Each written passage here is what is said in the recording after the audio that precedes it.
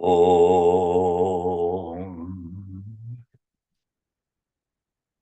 Om.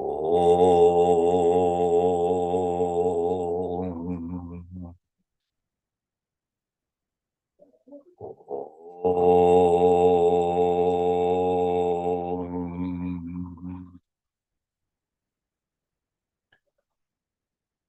Gurur Brahma, Gurur Vishnu, Gurur Devo Maheshwaraha, Gurureva Param Brahma, Tasmai Shri Gurave Namaha.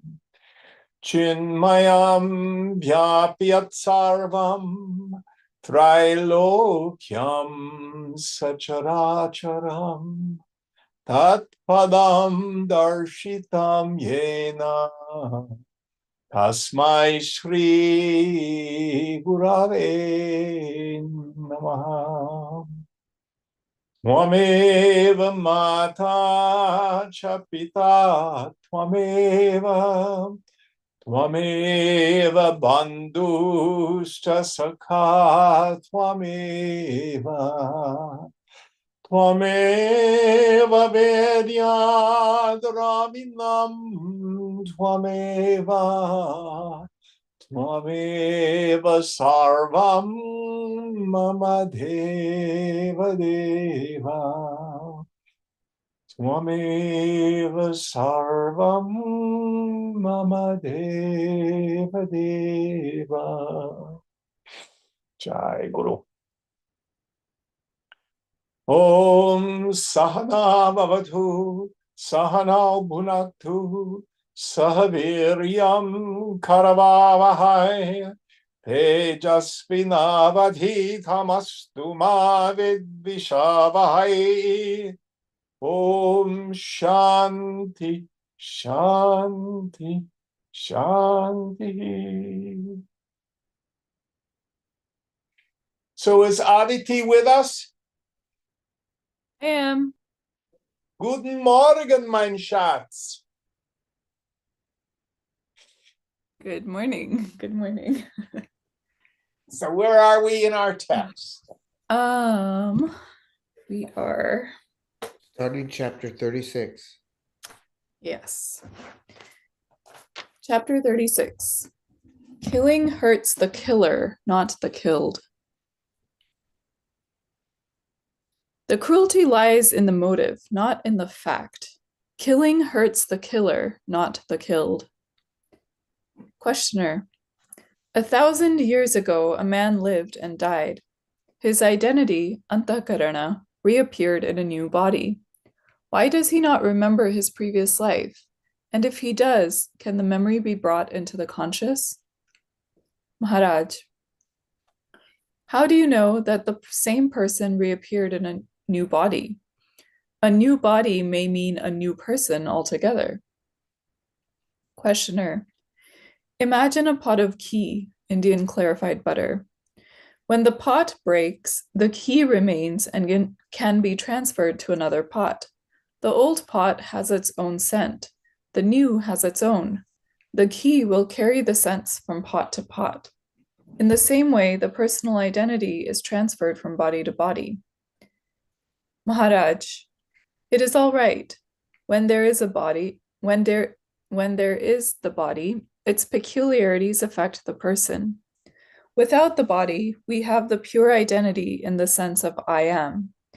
But when you're reborn in a new body, where is the world formerly experienced? Questioner.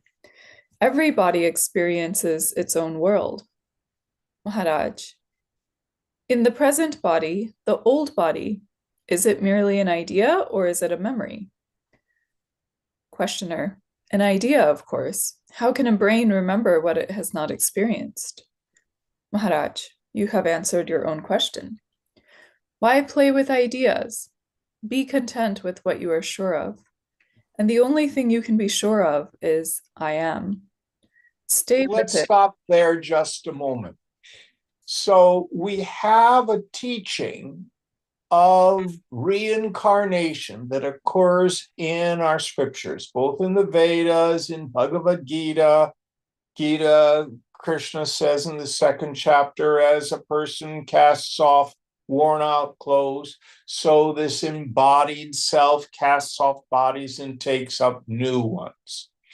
So we have the idea of the transmigrating soul that seems to be in tension with the Ajati teaching, which the Upanishads thunder. The self is never born. It is birthless, changeless, deathless. So what we say is this experience of the embodied self is much like a dream. In the dream, my mind creates a dream body, a dream world, and dream experiences. But the interesting question is, do you incarnate into a dream? And what's the relationship between Monday night's dream and Wednesday night's dream?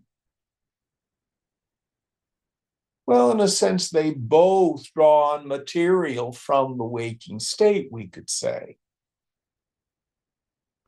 So empirically, at the level of the phenomenal world, of course, we have recorded evidence of children who remember they were so-and-so in a prior life, and they go, oh yes, that was Auntie so-and-so, and we lived in this house there, and people remember those sorts of things.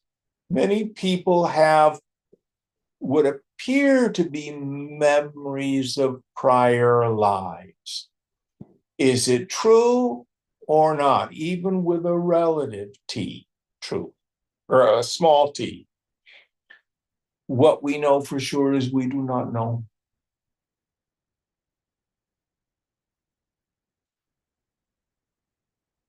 So what I think Maharaj is getting at is none of that really makes much of a difference in terms of sadhana. What we have is the sum total of our experience contained in the mind in the now. Be it going back to childhood of this life, be it going back to prior lives. In the end, it doesn't matter.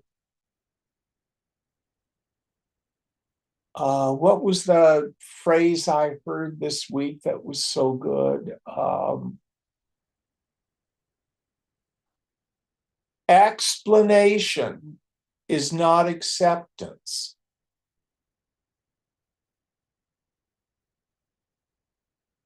This was in terms of someone dealing with alcohol addiction. Knowing why I'm an alcoholic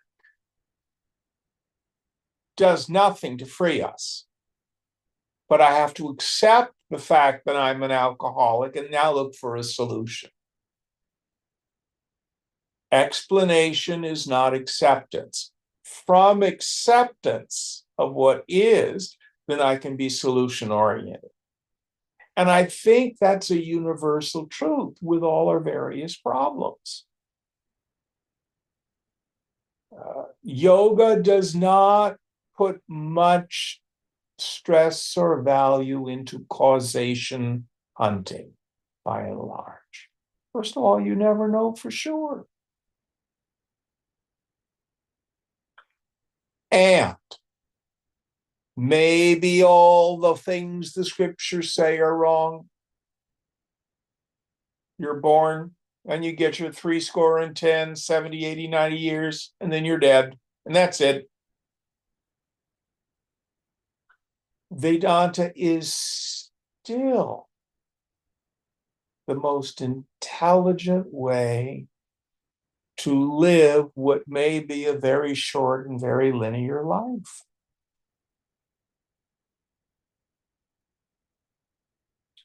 So the Buddha didn't really deal with all this business. He thought it was superfluous. Deal with what is right here, right now. And if we see the fundamental unreality of this antakarana, this feeling that I'm a person, that it's a conglomerate, thoughts, feelings, memories, perceptions, but it has no substance. And that there's a ground of being that's never touched.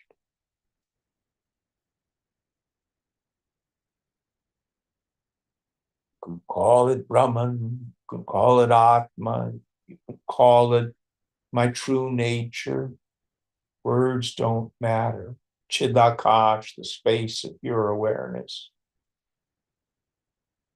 And when it comes to this world, we're happiest practicing vairagya, letting go of attachment.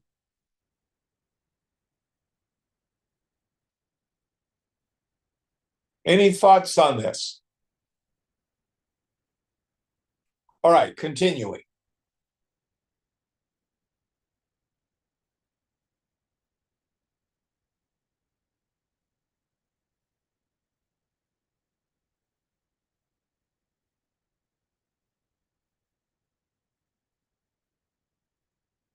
You're muted.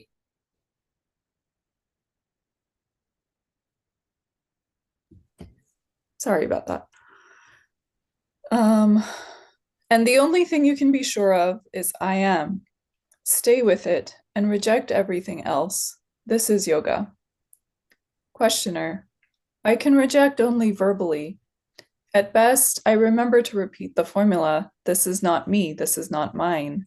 I am beyond all this. Maharaj, good enough. First verbally, then mentally and emotionally, then in action. Give attention to the reality within you, and it will come to light. It is like churning the cream for butter. Do it correctly and assiduously, and the result is sure to come. Now, I think it was Puneet who shared this with us a couple weeks ago. The word mantra, first part, manas means mind, but tra means a vehicle. The mantra is a vehicle for the mind. And the idea here is you start by just saying the words, and eventually the mind will follow. You don't wait till you believe and then say the words. So just as Maharaj is saying, you start with the formula, good enough, then the others will follow. Going on. Questioner, how can the absolute be the result of a process? Maharaj, you are right. The relative cannot result in the absolute. But the relative can block the absolute, just as the non-churning of the cream may prevent the butter from separating. It is the real that creates the urge. The inner prompts the outer, and the outer responds with the interest and effort. But ultimately, there is no inner or outer. The light of consciousness is the creator and the creature, the experiencer and the experience, the body and the embodied. Take care of the power that projects all this, and your problems will come to an end. Questioner, which is the projecting power? Maharaj, it is imagination prompted by desire. Questioner. I know all this, but have no power over it.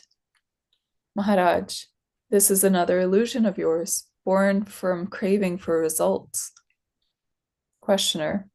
What is wrong with purposeful action? Maharaj. It does not apply. In these matters, there is no question of purpose or of action.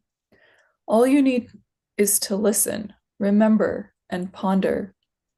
It is like taking food. All you can do is to bite off, chew, and swallow. All else is unconscious and automatic. Listen, remember, and understand. The mind is both the actor and the stage. All is of the mind, and you are not the mind. The mind is born and reborn, not you. The mind creates the world and all the wonderful variety of it. Just like in a good play, you have all sorts of characters and situations. So do you need a little of everything to make a world. Questioner.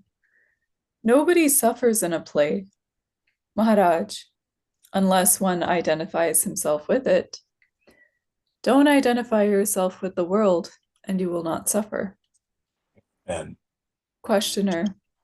Others will. Maharaj, then make your world perfect by all means.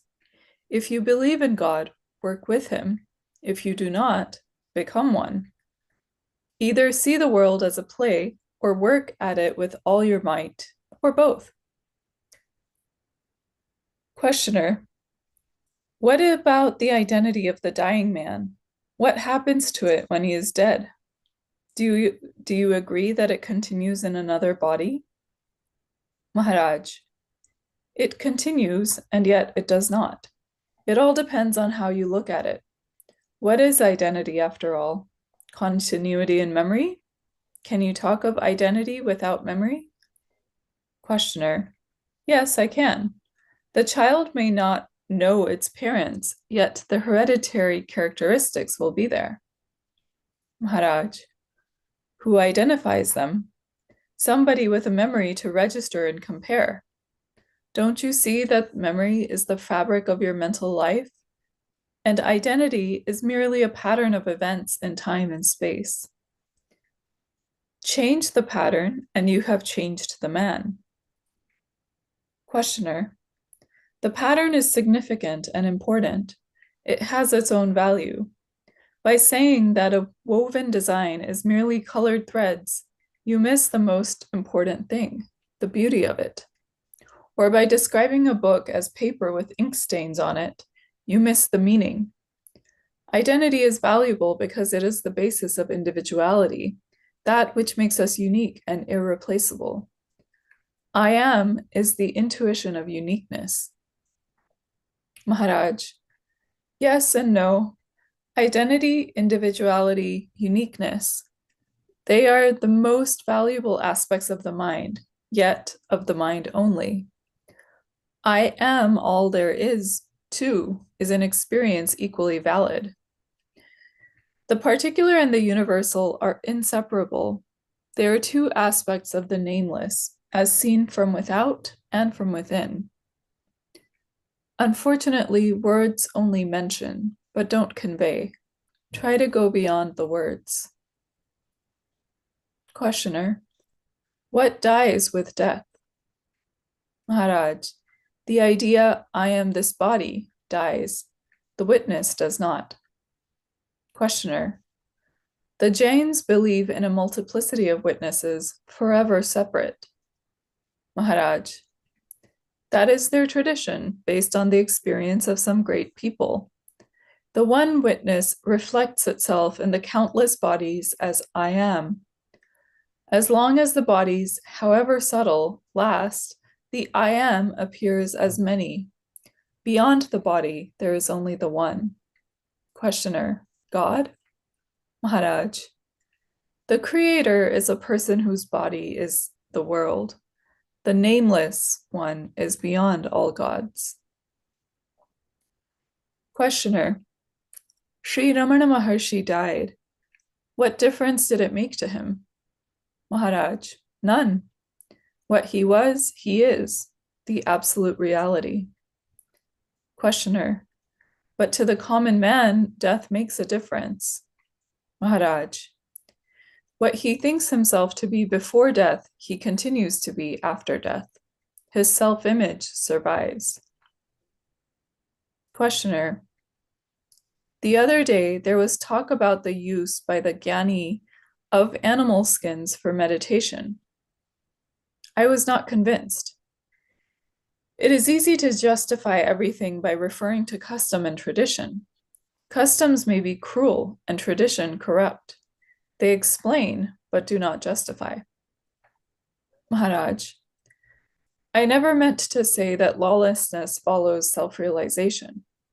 A liberated man is extremely law-abiding, but his laws are the laws of his real self, not of his society. These he observes or breaks according to circumstances and necessity, but he will never be fanciful and disorderly. Questioner. What I cannot accept is justification by custom and habit. Maharaj. The difficulty lies in our differing points of view. You speak from the body minds. Mine is of the witness. The difference is basic. Questioner. Still, cruelty is cruelty. Maharaj. No one compels you to be cruel. Questioner. Taking advantage of other people's cruelty is cruelty by proxy. Maharaj. If you look into the living process closely, you will find cruelty everywhere, for life feeds on life. This is a fact, but it does not make you feel guilty for being alive. You began a life of cruelty by giving your mother endless trouble. To the last day of your life, you will compete for food, clothing, shelter, holding on to your body, fighting for its needs, and wanting it to be secure in a world of insecurity and death. From the animal's point of view, being killed is not the worst form of dying.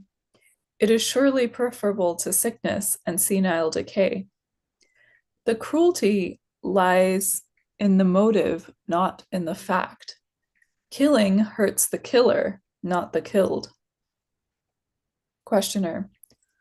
Agreed. Then one must not accept the services of hunters and butchers. Maharaj. Who wants you to accept? Questioner. You accept. Maharaj. That is how you see me. How quickly you accuse, condemn, sentence, and execute. Why begin with me and not with yourself? Questioner. A man like you should set an example. Maharaj. Are you ready to follow my example? I am dead to the world. I want nothing, not even to live. Be as I am, do as I do. You are judging me by my clothes and food, while I only look at your motives. If you believe yourself to be the body and the mind and act on it, you are guilty of the greatest cruelty, cruelty to your own real being. Compared to it, all other cruelties do not count. Questioner. You are taking refuge in the claim that you are not the body, but you are in control of the body and responsible for all it does. To allow the body full autonomy would be imbecility, madness. Maharaj, cool down. I am also against all killing of animals for flesh or fur, but I refuse to give it first place.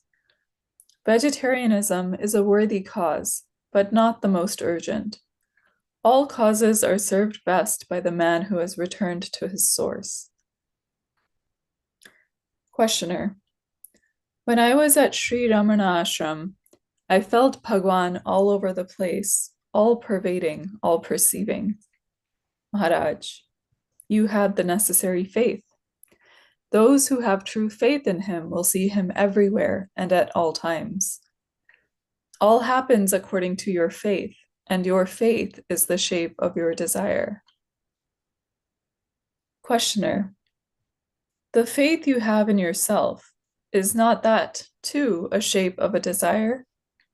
Maharaj, when I say I am, I do not mean a separate entity with a body as its nucleus.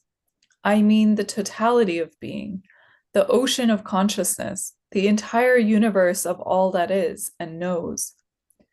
I have nothing to desire, for I am complete forever. Questioner. Can you touch the inner life of other people? Maharaj. I am the people. Questioner. I do not mean identity of essence or substance or similarity of form. I mean the actual entering into the minds and hearts of others and participating in their personal experiences. Can you suffer and rejoice with me, or can you only infer what I feel from observation and analogy? Maharaj, all beings are in me, but bringing down into the brain the content of another brain requires special training. There is nothing that cannot be achieved by training. Questioner. I am not your projection, nor are you mine. I am in my own right, not merely as your creation. This crude philosophy of imagination and projection does not appeal to me. You are depriving me of all reality. Who is the image of whom? Are you my image or am I yours? Or am I an image in my own image? No, something is wrong somewhere. Maharaj. Words betray their hollowness. The real cannot be described. It must be experienced. I cannot find better words for what I know. What I say may sound ridiculous, but what the words try to convey is the highest truth.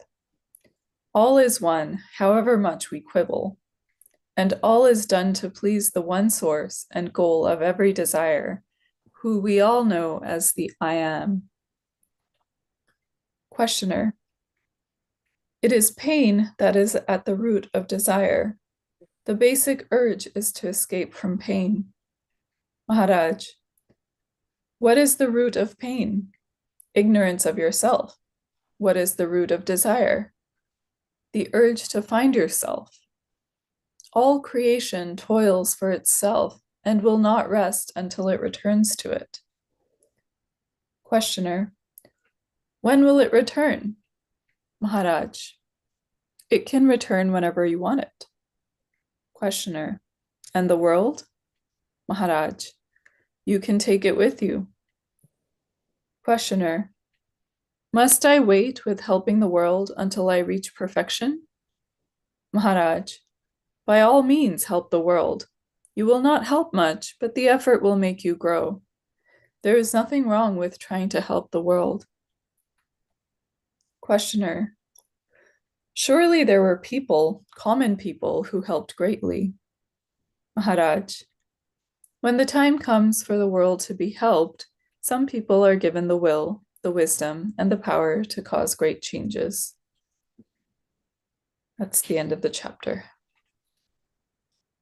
Interesting one. Any thoughts or questions on it?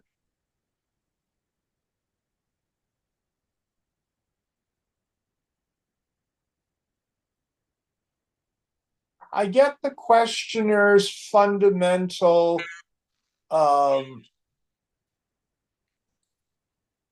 pushback that one can look at Vedanta philosophy and see it as quite nihilistic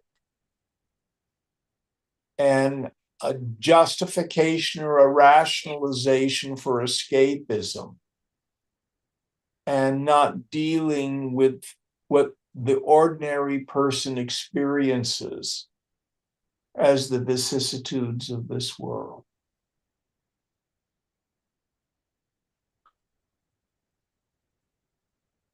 But what Maharaj did not talk about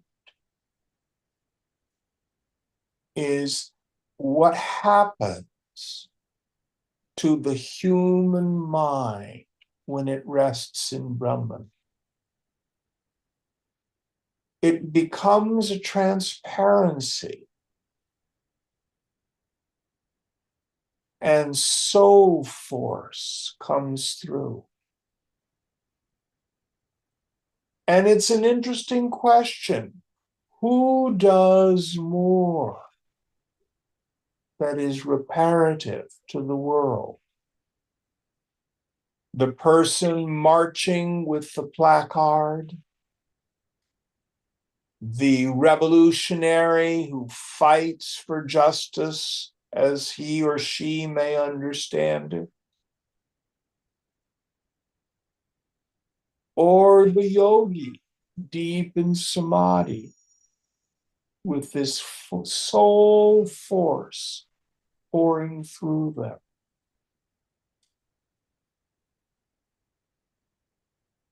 I think most of us have had the experience of being in a charged spiritual atmosphere, like being around Swamiji. And there's an aura of peace and of goodwill, and vicissitudes seem to fall away. So I am of a mind that does an awful lot to heal the world.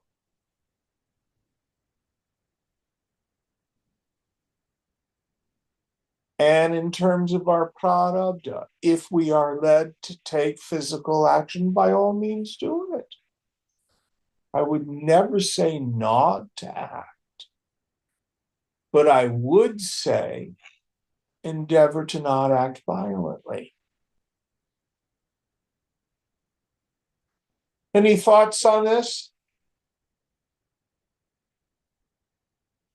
All right, let's go on to the next chapter. Chapter 37. Beyond pain and pleasure, there is bliss. Pain and pleasure happen, but pain is the price of pleasure, and pleasure is the reward of pain. In life, too, you often please by hurting and hurt by pleasing. To know that pain and pleasure are one is peace. Maharaj, you must realize first of all that you are the proof of everything, including yourself. No one can prove your existence because his existence must be confirmed by you first. Your being and knowing you owe to nobody. Remember, you are entirely on your own. You do not come from somewhere. You do not go anywhere. You are timeless being and awareness. Questioner. There is a basic difference between us. You know the real, while I know only the workings of my mind.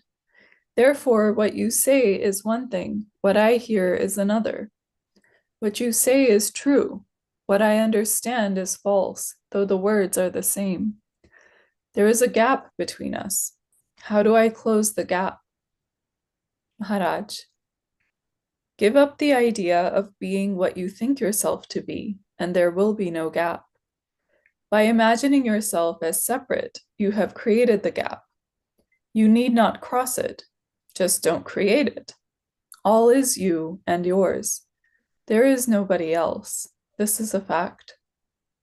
And when he says there is nobody else, it doesn't mean solipsism. Solipsism is the philosophy where I maintain the reality of my ego sense, then deny the reality of all around me.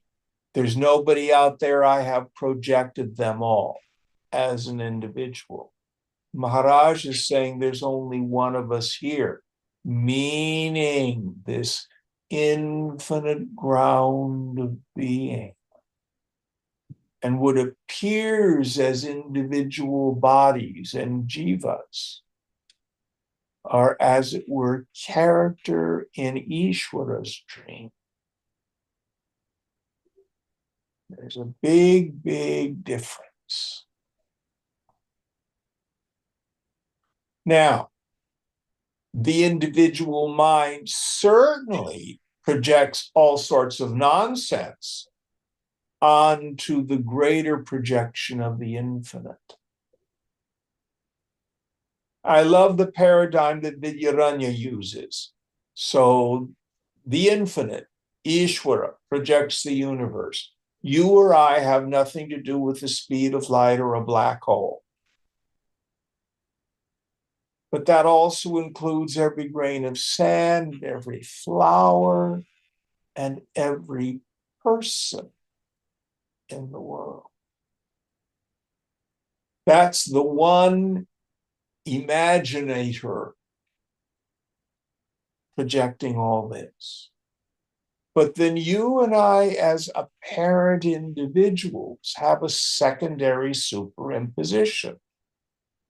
I like this. It is good. It is just. I don't like that. It is evil. It is bad. Nasty.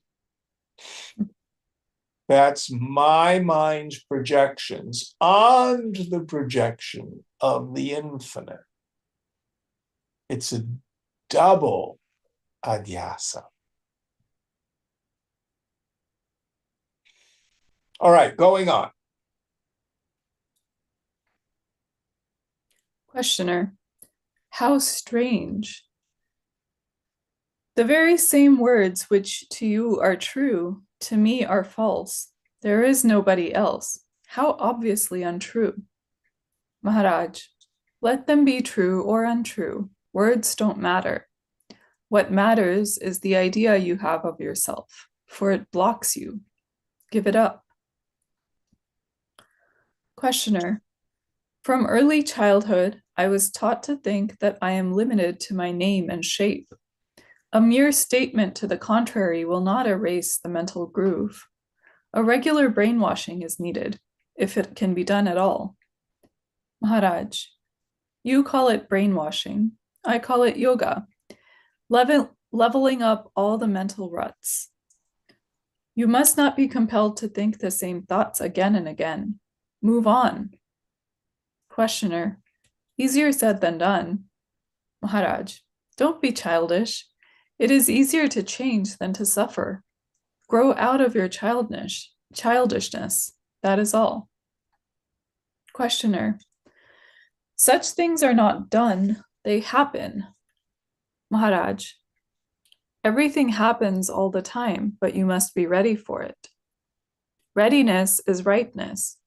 You do not see the real because your mind is not ready for it. Questioner, if reality is my real nature, how can I ever be unready?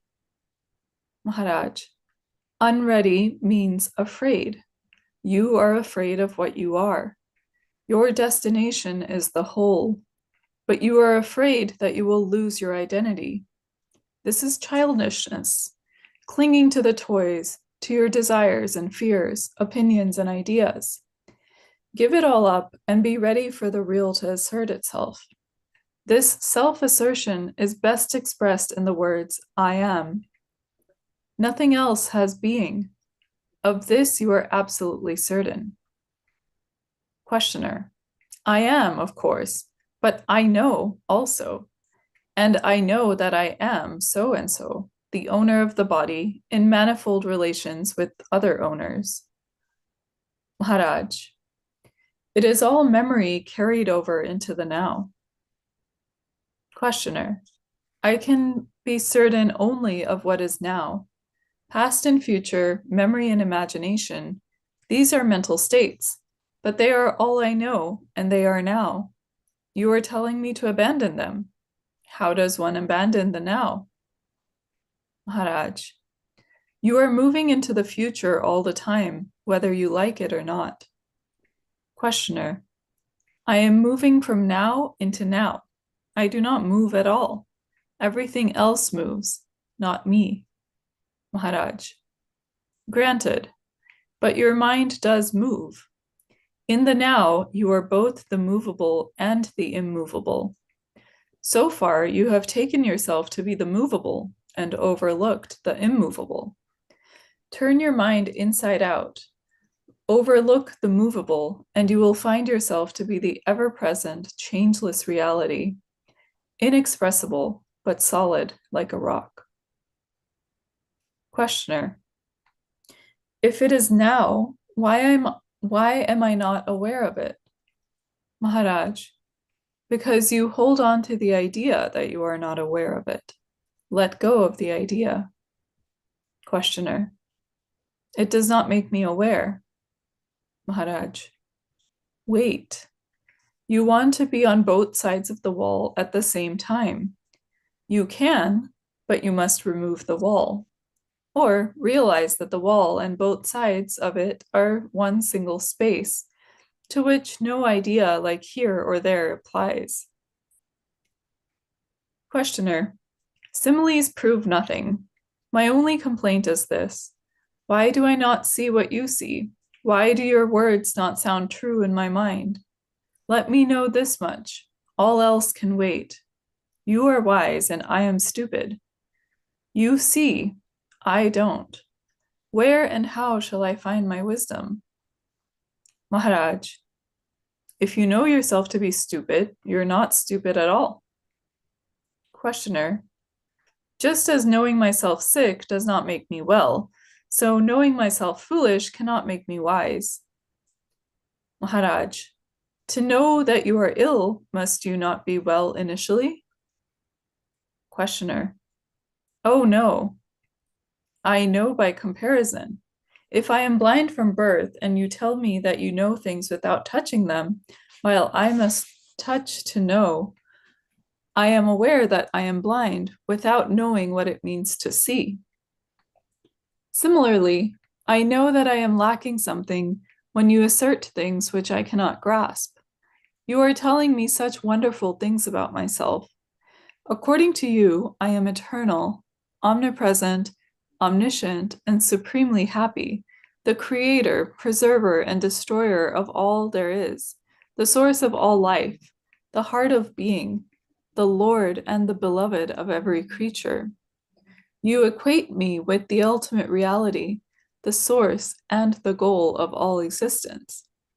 I just blink, for I know myself to be a tiny little bundle of desires and fears, a bubble of suffering, a transient flash of consciousness in an ocean of darkness. Maharaj, before pain was, you were. After pain had gone, you remained. Pain is transient, you are not. Questioner, I am sorry, but I do not see what you see. From the day I was born till the day I die, pain and pleasure will weave the pattern of my life. Of being before birth and after death, I know nothing. I neither accept nor deny you. I hear what you say, but I do not know it. Maharaj, now you are conscious, are you not? Questioner, please do not ask me about before and after. I only know what is now. Maharaj, good enough. You are conscious. Hold on to it. There are states when you are not conscious. Call it unconscious being. Questioner, being unconscious? Maharaj, consciousness and unconsciousness do not apply here. Existence is in consciousness. Essence is independent of consciousness. Questioner. And remember, his word consciousness is a translation of Chaitanya. We could say it is the stuff of mind. He does not say that awareness and consciousness are the same thing, as many other writers will say. So all that is movable, all that is objectively experienced, he will say is in consciousness, the stuff of the mind. But you are beyond that. Going on.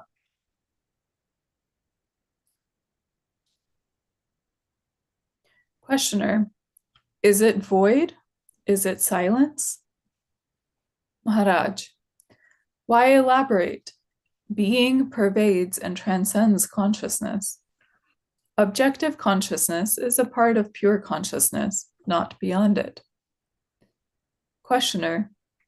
How do you come to know a state of pure being which is neither conscious nor unconscious? All knowledge is in consciousness only. There may be such a state as the abeyance of the mind. Does consciousness then appear as the witness? Maharaj. The witness only registers events. In the abeyance of the mind, even the sense I am dissolves. There is no I am without the mind. Questioner. Without the mind means without thoughts. I am as a thought subsides.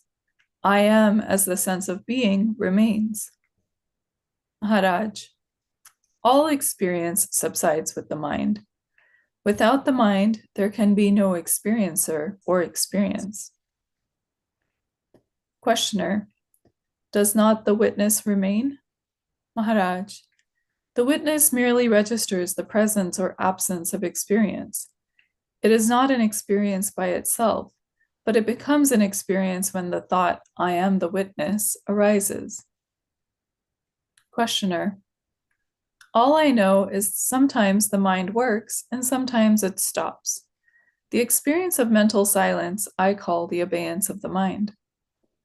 Maharaj. Call it silence, void, or abeyance. The fact is that the three, experiencer, experiencing, experience, are not.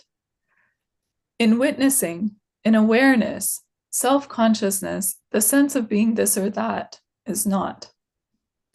Unidentified being remains. Questioner, as a state of unconsciousness? Maharaj, with reference to anything, it is the opposite. It is also between and beyond all opposites. It is neither consciousness nor unconsciousness, nor midway, nor beyond the two.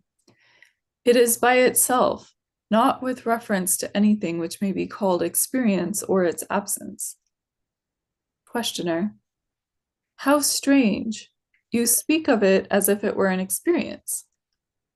Maharaj, when I think of it, it becomes an experience. Questioner. Like the invisible light intercepted by a flower becoming color? Maharaj. Yes, you may say so. It is in the color, but not the color. Questioner. The same old fourfold negation of Nagarjuna. Neither this nor that, nor both, nor either. My mind reels. Maharaj. Your difficulty stems from the idea that reality is a state of consciousness, one among many. You tend to say, this is real, this is not real, and this is partly real, partly unreal, as if reality were an attribute or quality to have in varying measures. Questioner. Let me put it differently. After all, consciousness becomes a problem only when it is painful. An ever blissful state does not give rise to questions. We find all consciousness to be a mixture of the pleasant and the painful. Why?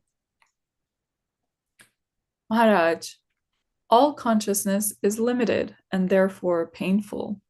At the root of consciousness lies desire, the urge to experience. Questioner. Let me stop there. This is why, especially in the beginning classes, the scriptures use the phrase Sachidananda to point to the self. Even that does not define the self. Sat, pure existence. Chit, the light of awareness. But Ananda can't be a feeling. And the reason is this: the self is eternal and changeless. I'm not happy all the time. Therefore, what I think Ananda is cannot be being happy, being blissed out. Why do we call it bliss absolute? That in itself can be problematic, especially in the beginning. This is why I like to define Ananda as no sorrow reaches there. Physical pain and pleasure gets to my body. Suffering and happiness get to my mind. Certainty and doubt get to my intellect. But nothing touches me.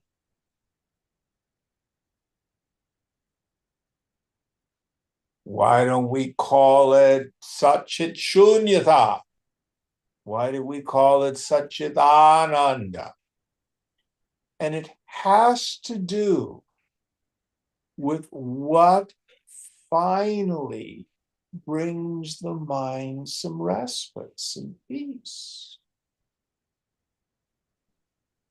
So when ignorance overcomes the mind, the first manifestation of ignorance is this jiva bhavana, this ahankriti, this feeling that I'm an individual. And it is inherently spiritually impoverished. I'm not enough. There's not enough. It's a feeling of discontent, of restlessness. Then the mind posits a goal. And the goal only takes two forms. I either need to fix or change the world, or I need to fix or change me. And then comes kartavya, the struggle to go from point A to point B with the inherent belief that's going to fix this restlessness, this discontent, this spiritual impoverishment. And what we eventually find is the deeper meaning of Ananda is that it is the wellspring, the font, the source of the happiness of the mind. How do I achieve it? Let go, keep your heart open. So simple in the end. But answer me this. Are you happy in deep sleep?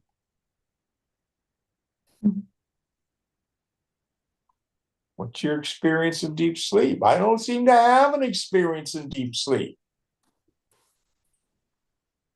It's only upon awakening I go, oh, I slept so well. I don't want to get up. Let me go back to sleep.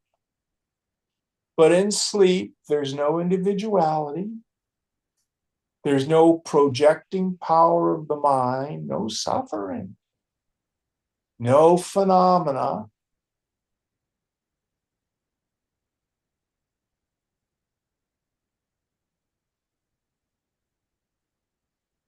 So the mind is essential for being miserable. And that's why I love that image of Hanuman embracing Lord Ram. That's where the mind finds its peace.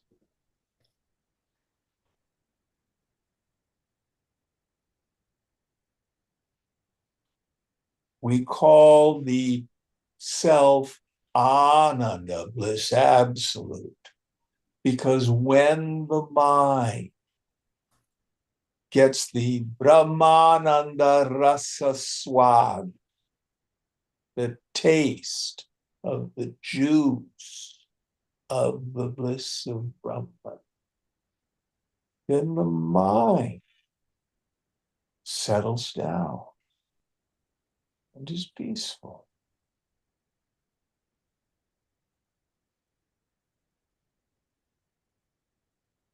And this is what the Master Jesus meant when he said, my kingdom is not of this world.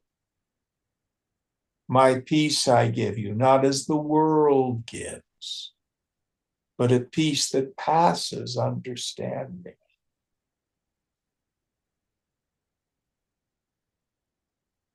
Or Saint Augustine, thou hast made us for thyself, O Lord, and our heart is restless until it finds its rest in thee. All pointing at the same thing. But one of the things Maharaj doesn't really address here is the self is not an experience per se, but it is always known by everybody all the time. In truth, ignorance never really covers the self. If you talk to the most miserable of creatures, you may ask them, are you enlightened? Oh, no. Do you know God? Of course not. There is no God. Have you realized the self? What in the hell is that? But if you ask this question, do you exist? Of course I exist. What's your existence? I'm sitting here in a chair. Now they have superimposed the experiences of the body onto a very real thing. I exist. I am. Do you know you're sitting in the chair? Of course I do. What a stupid ass question. I am. I know. Nobody doubts it. Nobody lacks it.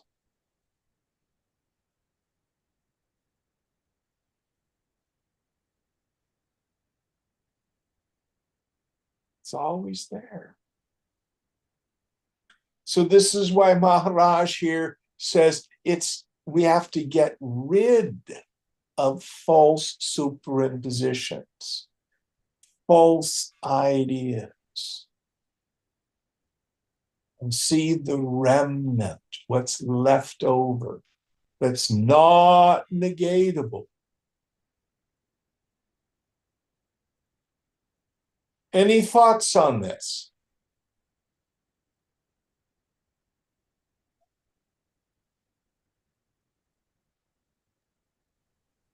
Maya can only confuse the mind, can only cover the mind in ignorance. Maya does not cover the self. Sure.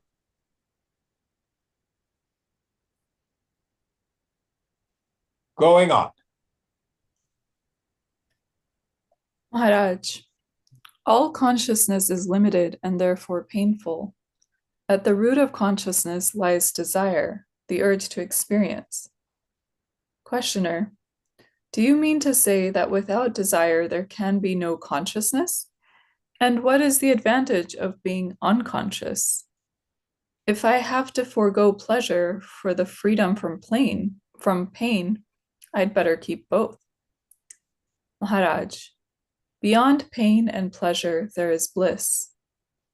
Questioner, unconscious bliss, of what use is it? Maharaj, neither in conscious nor unconscious. Real. Questioner, what is your objection to consciousness? Maharaj, it is a burden. Body means burden. Sensations, desires, thoughts, these are all burdens. All consciousness is of conflict. Questioner, reality is described as true being, pure consciousness, infinite bliss. What does pain have to do with it? Maharaj, pain and pleasure happen, but pain is the price of pleasure, and pleasure is the reward of pain. In life, too, you often please by hurting, and hurt by pleasing. To know that pain and pleasure are one is peace. Questioner, all this is very interesting, no doubt, but my goal is more simple. I want more pleasure and less pain in life. What am I to do? Maharaj, as long as there is consciousness, there must be pleasure and pain. It is in the nature of the I am, of consciousness, to identify itself with the opposites. Questioner. Then of what use is all this to me? It does not satisfy. Questioner.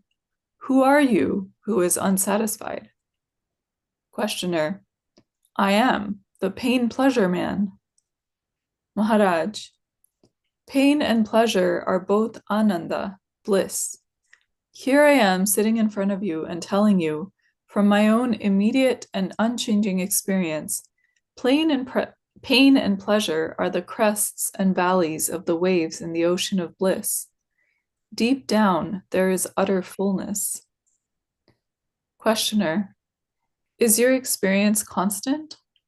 Maharaj. It is timeless and changeless. Questioner. All I know is desire for pleasure and fear of pain. Maharaj. That is what you think about yourself. Stop it. If you cannot break a habit all at once, consider the familiar way of thinking and see its falseness. Questioning the habitual is the duty of the mind. What the mind created, the mind must destroy, or realize that there is no desire outside the mind, and stay out. Questioner. Honestly, I distrust this explaining everything as mind-made. The mind is only an instrument, as the eye is an instrument. Can you say that perception is creation? I see the world through the window, not in the window. All you say holds well together because of the common foundation, but I do not know whether your foundation is in reality or only in the mind. I can have only a mental picture of it. What it means to you, I do not know. Maharaj, as long as you take your stand in the mind, you will see me in the mind. Questioner, how inadequate are words for understanding? Maharaj, without words, what is there to understand? The need for understanding is only a theory. The need for understanding arises from misunderstanding. What I say is true, but to you it is only a theory. How will you come to know that it is true? Listen, remember, ponder, visualize, experience. Also apply it in your daily life. Have patience with me, and above all, have patience with yourself, for you are your only obstacle. The way leads through yourself, beyond yourself. As long as you believe only the particular to be real, conscious, and happy, and reject the non-dual reality as something imagined, an abstract concept, you will find me doling out concepts and abstractions. But once you have touched the real within your own being, you will find me describing what for you is the nearest and the dearest. That's the end of the chapter. Okay, that's a good place to end today. Any thoughts or questions this morning?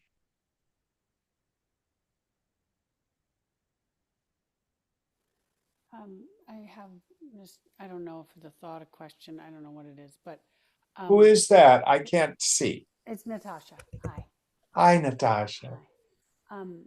Just, it's like I at least have reached a place, thank God, where I have enough. What I've learned is one meaning of the word shraddha, where I believe the masters, like what they're saying is true. So I don't have this like continuous feeling of doubt about what they're saying and what Nisargadatta is saying. But it doesn't, of course, mean that I have realized it, right? So, so then it's like a good place and a frustrating place to be. But so just on a practical level, like as I move through today, of course I can think of things to practice, and I've been taught many things to practice, but just to make it this present moment, we all just read this. Could you suggest like one thing to practice today to veil, this veil, just Yes. okay. It all boils down to what Shankara calls viveka and vairagya. Okay. Viveka's discrimination, the constant discrimination between the self and the not self, the subject and all the objects, the real and the unreal. So, what is the unreal? Anything that occurs in time and space, anything that can be perceived by the senses, all the feelings, all the thoughts. They're not bad, they're just not self. So, my job is to see that that's not self. So, if a thought arises, oh, I'm a good person. No, I'm not that. That's just an idea. Koham, who am I? I'm the knower of that. Stay in the viewpoint of the witness. Then, vairagya. Vairagya is a compound. The prefix is V, which means either transcendent or the opposite. And the root is raga, which is a feeling or a passion or a desire. So it's usually translated as like dispassion. But vairagya is not aragya. Aragya means I don't have any feelings. Vairagya means I'm taking things to a higher level.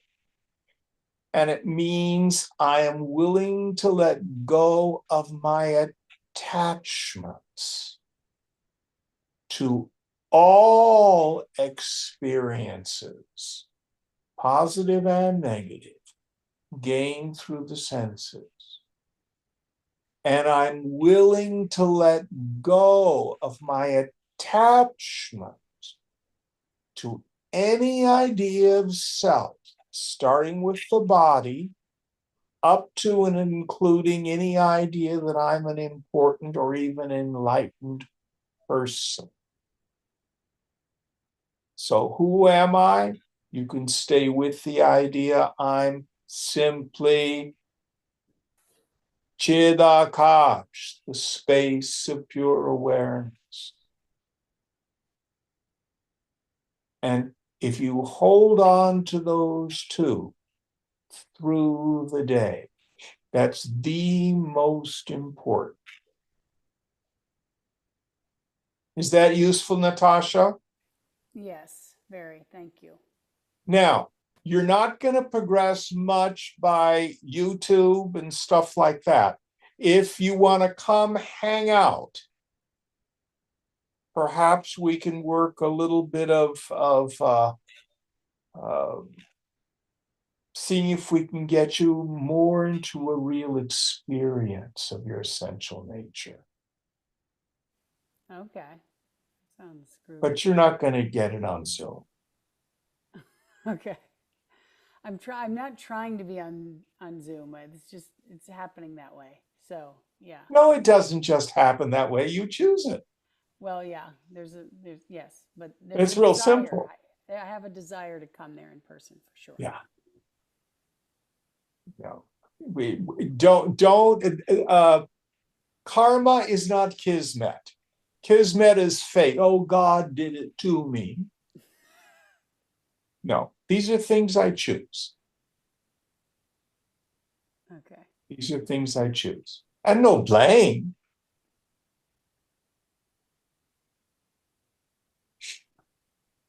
All right. Any other thoughts? Good questions.